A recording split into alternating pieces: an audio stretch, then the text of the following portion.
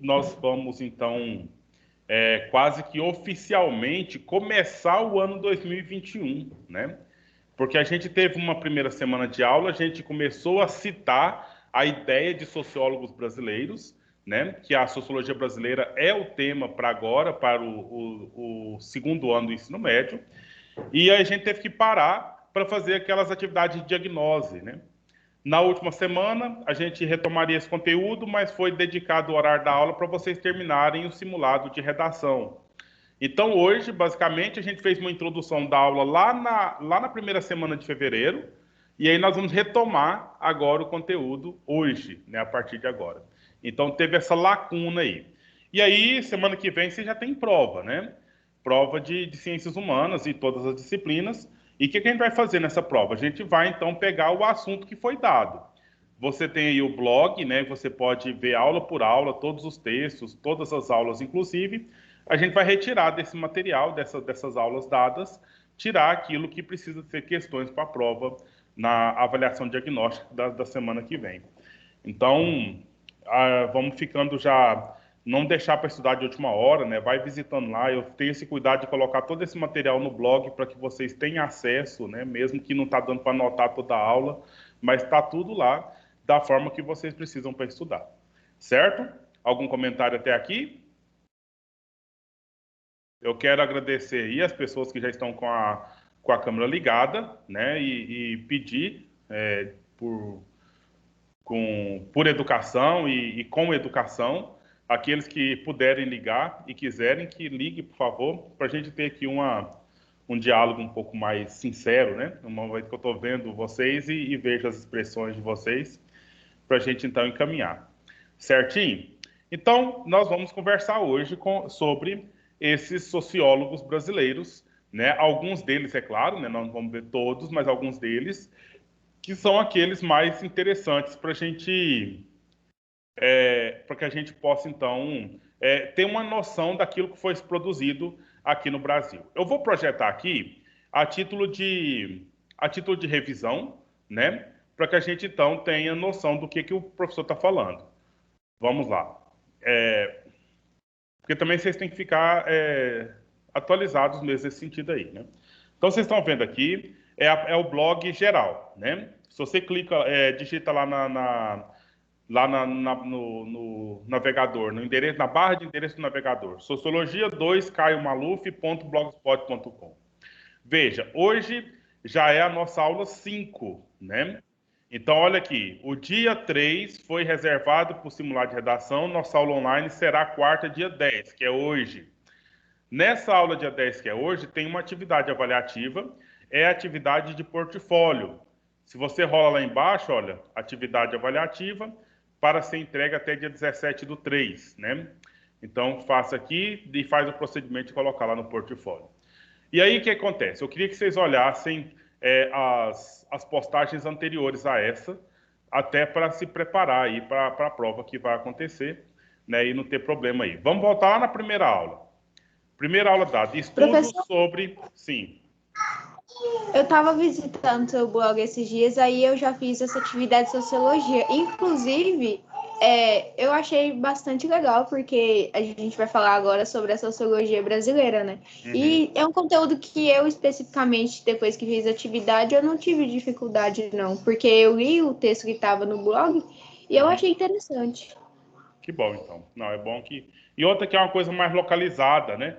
Quando você estudou lá Durkheim, Weber, talvez ele falava a história lá da Europa afora, né? E a gente não tinha muita noção dessa ideia que ele apontou lá. Agora, quando fala de Brasil, você é brasileiro e você sabe da história do Brasil. Então, às vezes, se torna uma coisa um pouco mais doméstica, né? Mais nossa mesmo. É interessante ver isso aí.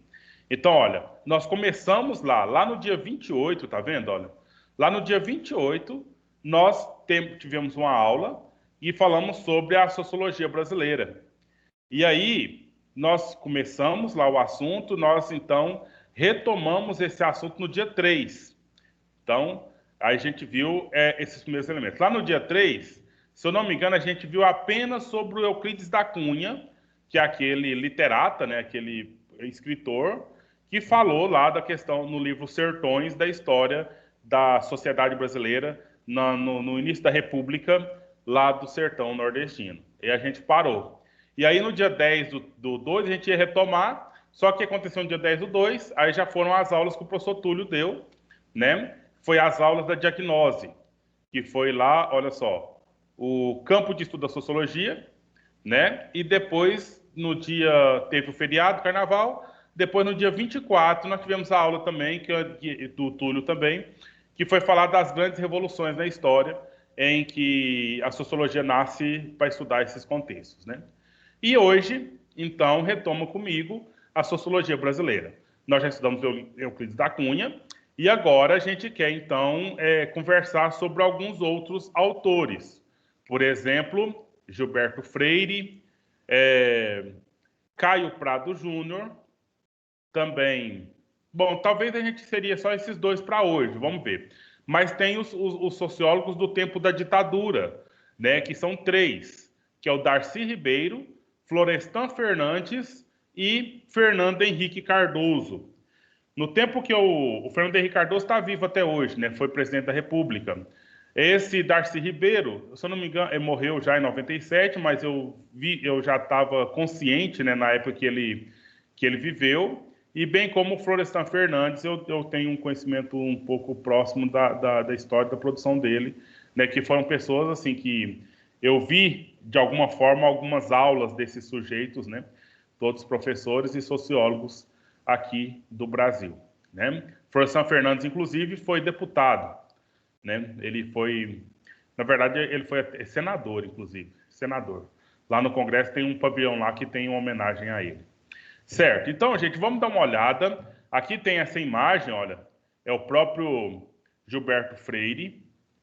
Esse moço, ele, na verdade, é o que traz um estudo para a gente mais complicado de engolir, mais complicado de aceitar, entendeu? Então, ou seja, eu estou começando o assunto sobre ele de uma forma totalmente negativa, que a gente não pode fazer juízo de valor, tá certo? Então, ou seja, faça o que eu estou te falando, mas não faça o que eu estou fazendo.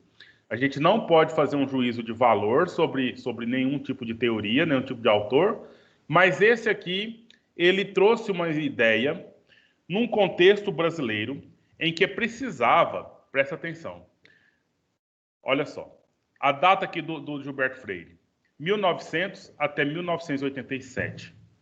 Por volta de 1930, ele já estava produzindo as suas teorias, certo?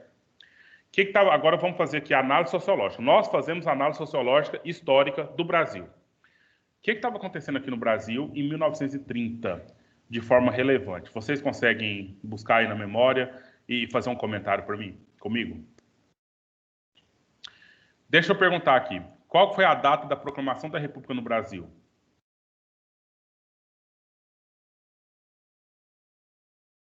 Só uma dúvida, professor. Tem a ver com escravidão e racismo? Tem. A produção dele tem a ver com isso, né? Mas antes disso, eu quero aqui ver o contexto social brasileiro para a gente, então, desenvolver essa questão. Uma coisa que eu estou tratando com os meninos lá, que eu dou aula de história no 9º ano, é sobre a situação. Vamos voltar um pouco mais. Lá no dia da independência do Brasil, qual foi a data? Ah, gente, não preocupa com isso, não. O Enem tá longe até para vocês não têm que saber dessas coisas, não, né? Gente, ó, vou ficar ligado com a história, pelo menos a história do Brasil, entendeu? Mas pelo menos, o descobrimento do Brasil, que ano que foi? 1500. 1500, beleza. Aí o Brasil ficou sendo o quê? Ficou sendo uma colônia de Portugal, né? Então, quem que mandava aqui qual que era o governo que mandava aqui no Brasil? Era o governo português, né? Então, tudo que ocorria aqui no Brasil era Portugal que mandava, o rei de Portugal era o rei do Brasil, porque o Brasil era apenas um quintalzão de Portugal. Aconteceu uma situação lá na Europa, eu quero falar bem rapidão, só para a gente chegar no ponto que eu quero, porque eu não estou dando aula de história aqui agora, não. Então, aconteceu uma situação em que o Napoleão, já ouviu falar do Napoleão? Sabe, aquele baixinho francês? Tocou o terror lá na Europa. E ele tocou o terror lá na Europa né? E o rei de Portugal ia ser invadido pelo Napoleão, né? E o rei arrumou um jeito de dar uma escapada. Ele só fugiu mais ou menos uns 7.000 quilômetros de distância do Napoleão. Para onde o rei de Portugal foi? Aqui para o Brasil. Ele veio para o Brasil no ano de 1808, né? 7.000 quilômetros só? Pensava que era mais, velho. O mar, né? De Portugal até aqui, se você fizer a rota marítima, né? Mais ou menos isso. Então, naquela época demorava alguns meses, né? Hoje a gente faz essa viagem em umas 4, 5 horas de avião, né? Então, aí vieram aqui para o Brasil. Só que eles não podiam chegar o rei aqui e chegar na colônia. Então, aí começou a mudar a história do Brasil, porque antes do Brasil, antes de receber a família real, o Brasil teve que ser elevado, sabe? Deixar de ser condição de colônia simples e passou a ser Reino Unido. Tá pegando? Tá tudo bem, gente? Tá na sequência acompanhando? Para receber a família real aqui no Brasil e o rei mandar a partir daqui, o Brasil deixou de ser colônia e se elevou à condição de Reino Unido. Beleza. A família real veio para cá. E aí o rei, depois que o Napoleão perdeu a guerra, né? Dizem a história lá, quando ele saiu para invadir lá na Rússia e o frio lá era mais lascado do que o resto do mundo na época, ele perdeu a guerra. E aí o rei daqui pôde voltar para Portugal. Ah, não, então terminou nossa história, terminou nosso terror lá, nós vamos voltar para Portugal de volta. Só que o Brasil não podia simplesmente ficar sozinho, né? Porque o Brasil já era um reino unido, né? O rei tinha que ficar aqui ou tinha que ter um rei aqui. O que o rei fez? Pedrinho, meu filho, Dom Pedro I. Você é meu filho mais velho, você é meu herdeiro, você fica aqui no Brasil como príncipe regente, eu sou o Dom João VI, o rei, eu vou voltar para Portugal, que é a nossa casa, mãe. E beleza. Dom Pedro I ficou aqui. O que acontece lá em Portugal? O que foi acontecendo aqui na história nossa? Já que o Pedrinho ficou aqui e era o príncipe regente daqui, ele falou, eu quero não ser só príncipe, não, vou querer ser rei daqui logo. Para ele ser rei daqui logo, o que tinha que acontecer? Aquela categoria de Reino Unido tinha que ser separada, para ser um reino separado do Brasil e um reino separado de Portugal. O Dom João VI percebeu essa situação na hora e falou assim, não, Dom Pedro I, meu filho, me obedece e vem para Portugal, vai ficar aqui. Eu quero te vigiar de mais perto. Aí teve até uma situação, tem no dia 6 de janeiro, é um dia que não é de Santo Reis eu acho que é 9, né? Sei lá. Mas é o dia do fico. Foi um dia que o Dom Pedro I, que já estava cheio de acordos aqui com partidos, etc., declarou para Portugal, dizendo aqui, diga para o povo brasileiro que eu fico. Mas ficou só um tempinho, sabe por quê? Porque depois o Dom João VI morreu, né, que era o pai de Dom Pedro I, e ele, que era o príncipe regente, ele foi assumir para ser rei lá em Portugal. Entendeu? Só que nesse meio prazo, ocorreu a independência do Brasil, no ano 1822. Pensa, historicamente, sociologicamente, foi uma data, 1822, Brasil se tornou independente de Portugal. Brasil se tornou um reino separado de Portugal. Beleza? Mas quem governava o Brasil em 1822, meninos?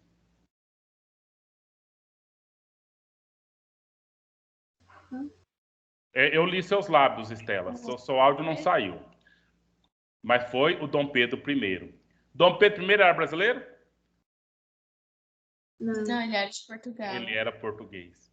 Então, o Brasil era um reino independente de Portugal, mas as famílias importantes do Brasil, o governo do Brasil era tudo de Portugal. Cadê a parte Brasil dessa história? Cadê? Não tem.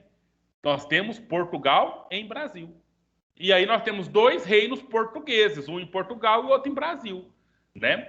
E aí, então, o povo começou a pensar, nós temos que criar uma cultura brasileira. Como é que nós vamos fazer essa cultura brasileira? Aí você vai ver isso na literatura, sabe? Vai ter, por exemplo, Iracema. Aquele livro Iracema, conhece a história? Do José de Alencar? Então, vem resgatar a beleza natural do Brasil. Ou seja, isso já em 1800, gente. A beleza natural do Brasil está lá em 1500, onde tem a Índia nua, andando nas praias, na beira do rio, né? E agora, em 1800, José de Alencar está falando que o Brasil é essa terra toda paradisíaca, onde os índios estão aí todos de boa, feliz, bonito. Tá entendendo, gente? Isso aqui é o quê? É um registro de uma imposição de uma ideia, de uma cultura brasileira que se estabelece aí, certo? Então, ou seja, começou lá por volta dos anos 1822, no contexto da independência do Brasil, a necessidade de se criar uma identidade nacional brasileira que fosse diferente da identidade nacional portuguesa para que o Brasil continuasse sendo independente de Portugal. Entendeu? Então não é só uma lei, não é só uma questão de um fato histórico, mas é uma questão de um pensamento cultural que se cria nas pessoas que estavam por aqui e nas pessoas de Portugal também, para não achar que é dono daqui até hoje. Tá certo? Tá acompanhando, meninos?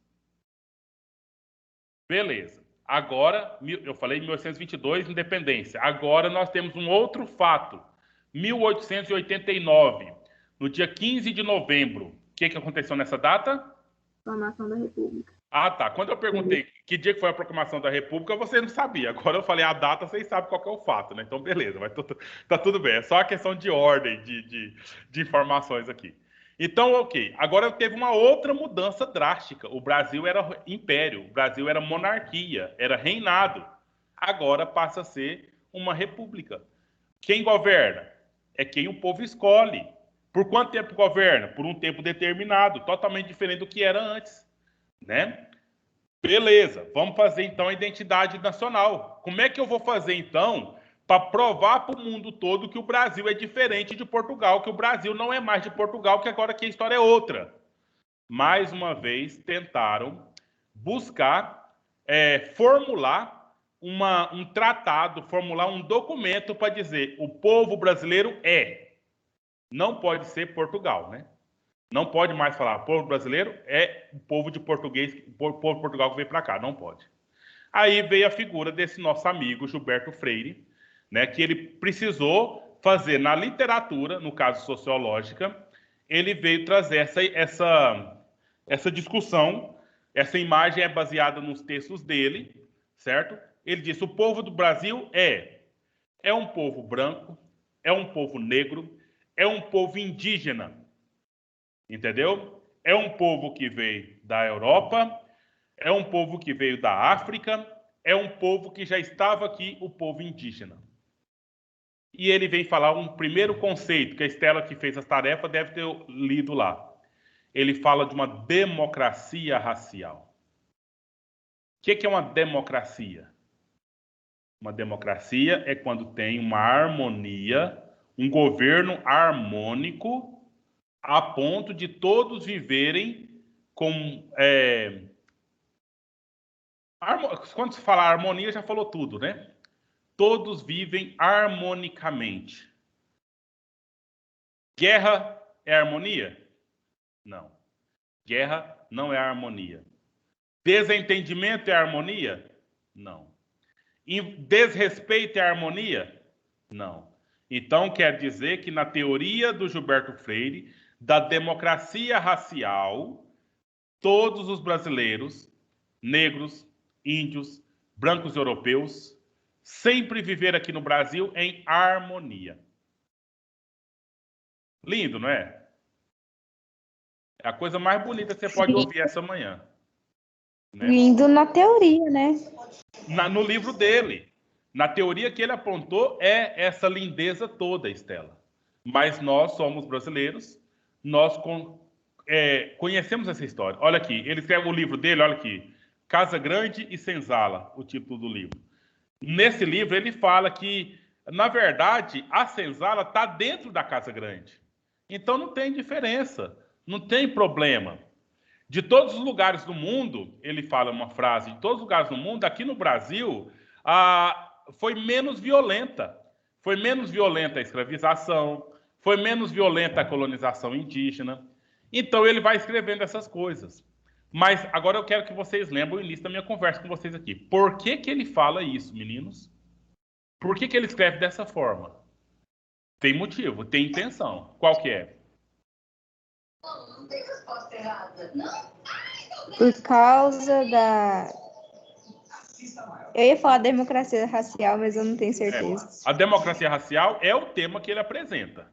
Que aqui no Brasil há democracia racial.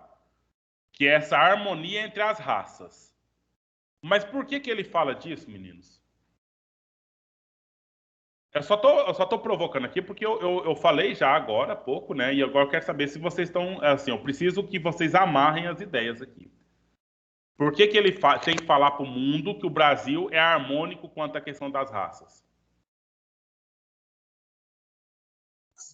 Professor, Sim.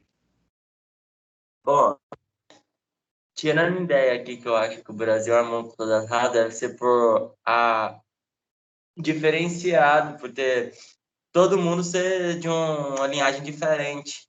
Tipo, brincar. Pode ter pessoas que têm linhagens europeias, que vêm de portugueses, franceses, que vieram para o Brasil na época quando ele era colonial.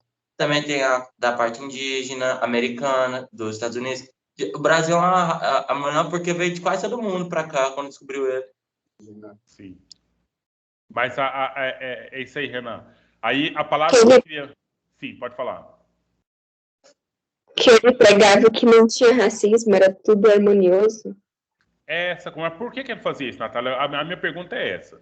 A questão que nós temos é por que que ele veio falar essa ideia? Foi o ponto que o Renan falou aí, de que aqui, então, é uma realidade bem diferenciada das demais, pois aqui temos brancos europeus, temos índios nativos e temos negros que vieram da África. E aí você acabou de dizer, porque aqui é tudo harmonioso e tal.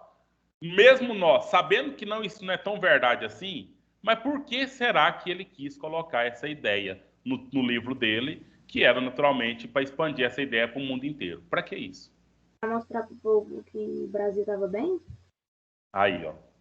A intenção é essa, dizer que o Brasil está bem, o Brasil é forte, o Brasil é interessante, o Brasil é bom, o Brasil não precisa de Portugal, porque aqui já é as mil maravilhas, aqui é o paraíso. Tá entendendo, gente? Então é para vender a ideia do Brasil enquanto um local perfeito, magnífico. Dá para entender? Dá para a gente perceber isso, meninos? Então tem uma intenção quando o sujeito escreve. Mesmo eu sabendo que não é verdade o que ele está escrevendo. Mas ele está escrevendo com uma finalidade. Uma finalidade de ou mostrar para o mundo uma coisa que não é, ou para mostrar para o povo daqui que tem que mudar a cabeça para que virar o paraíso e não pode ter racismo, não pode ter preconceito, não pode ter escravização, não pode ter questões essas que fazem com que aqui não se torne esse paraíso. Tá beleza, meninos?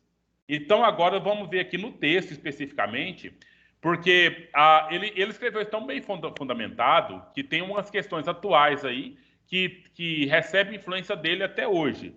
Viu aí? Ele escreveu lá por volta dos anos 1930, né? 1930 e 1940. Então, olha aqui. Quem gosta de ler para a gente aí? Podia ler esses dois primeiros parágrafos aqui, logo depois da foto?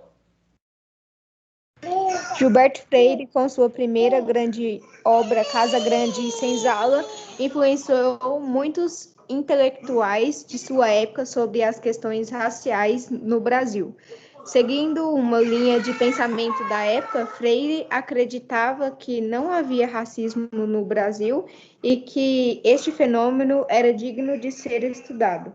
Para um próprio autor, uma grande miscigenação entre brancos, índios e negros e a relação entre escravos e seus donos garantiam à sociedade brasileira uma democracia racial, uma respeitabilidade e etnias, sem a alta discriminação racial. Beleza.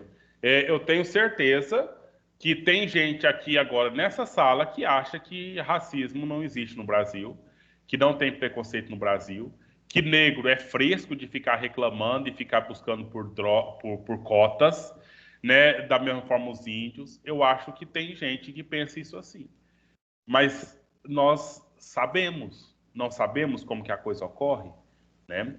Então, veja bem, o que ele disse? Olha, ele acreditava que não havia racismo no Brasil. Que coisa, né? Não havia racismo no Brasil. É uma frase, ministro, desculpa, mas eu não dou conta nem de comentar, sabe? Eu não dou conta nem de falar alguma coisa, porque, para mim, a coisa é tão evidente, tão escancarada, que quando eu vejo uma coisa totalmente absurda, o contrário desse jeito, o que eu vou falar numa situação dessa? Alguém de vocês daria conta de falar alguma coisa sobre isso aí? Daria conta de responder a essa afirmação que o Freire falou? O Freire está falando, olha, Eu não há... respondi. Ah.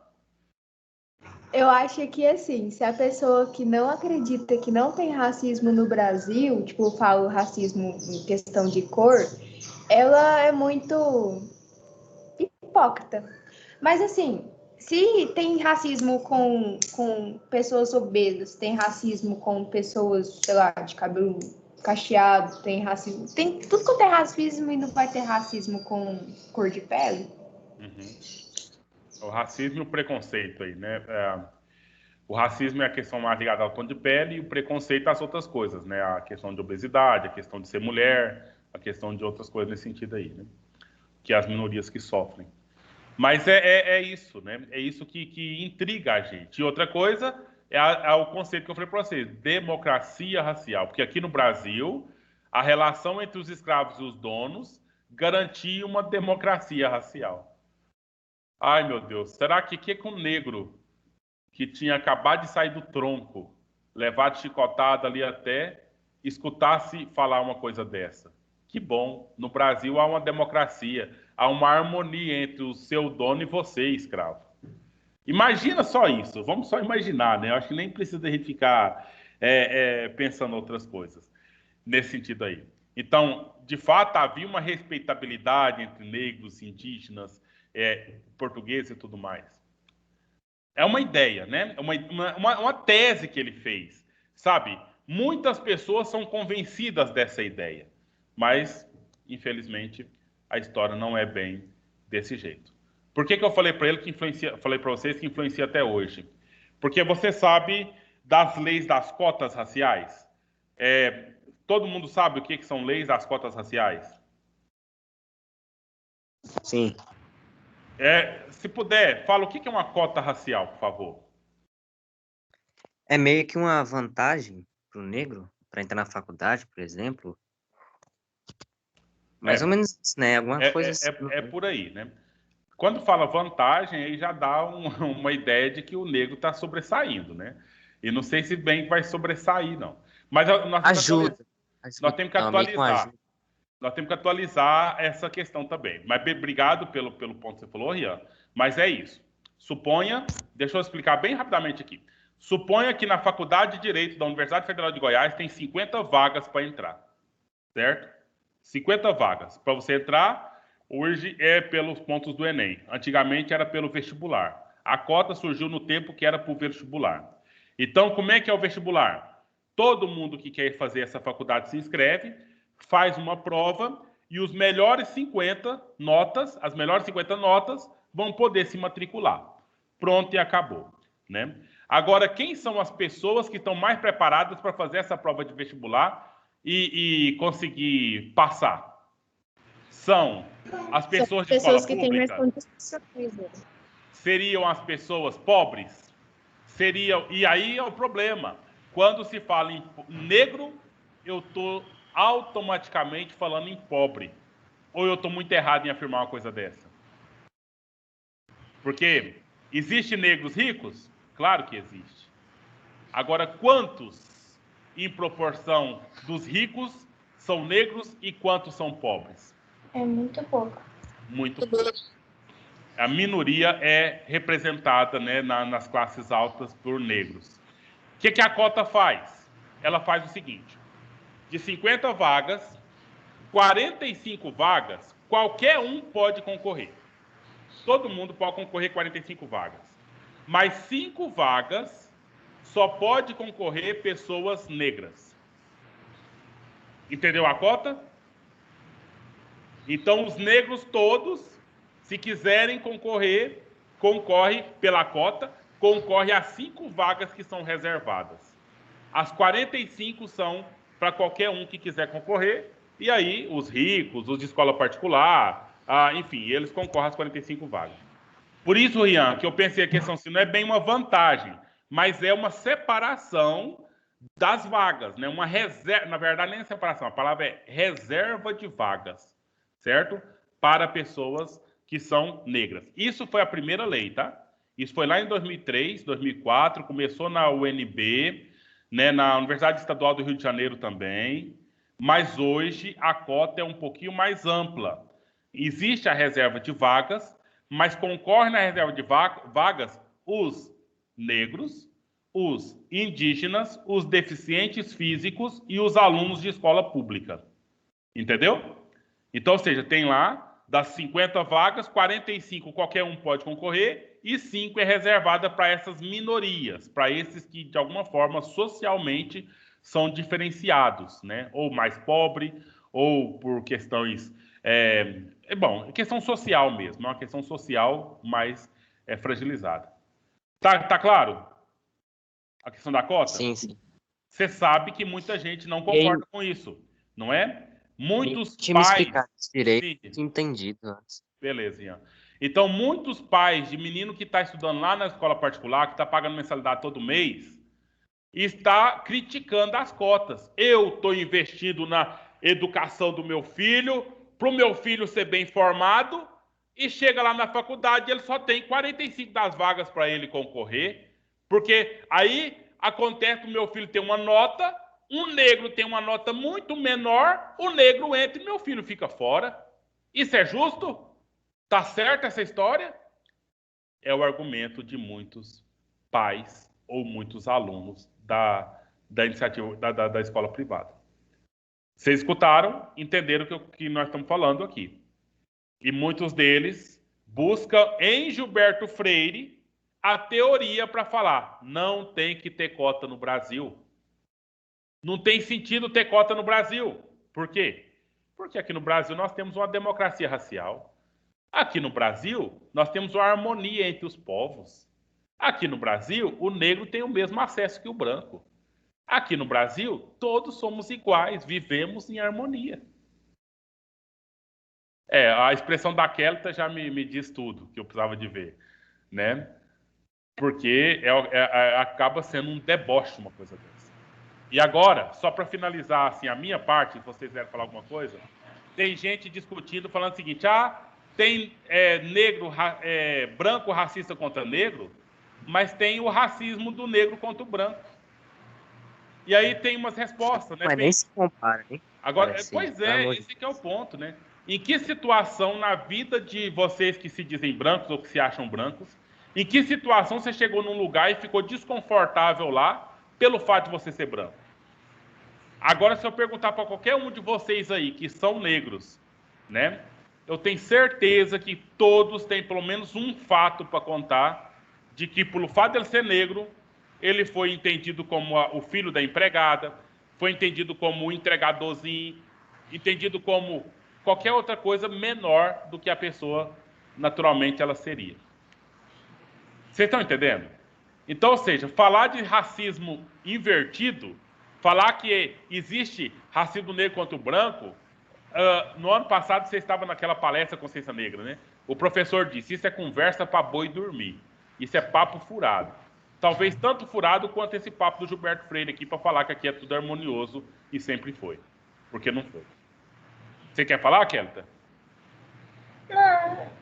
Tá bom. Que eu só concordo com o que o senhor disse, porque realmente a minha mãe, ela era funcionária pública. Não funcionária pública, como é que é? Ela limpava a casa, eu esqueci como é que é o nome. Doméstica. Isso, doméstica.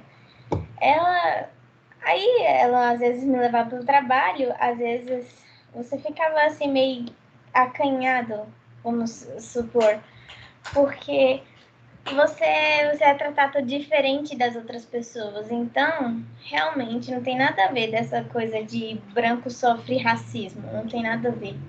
Eu fico indignada com uma coisa dessa.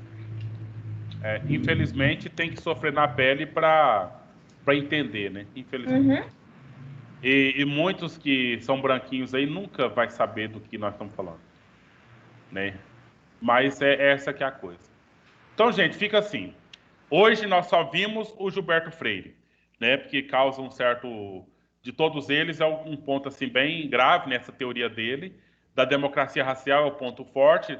Tem questão sobre ele lá e você vai ver esse ponto, o que ele significa de fato. E na próxima aula a gente segue com os outros, né? Com o Caio Prado e os sociólogos da ditadura.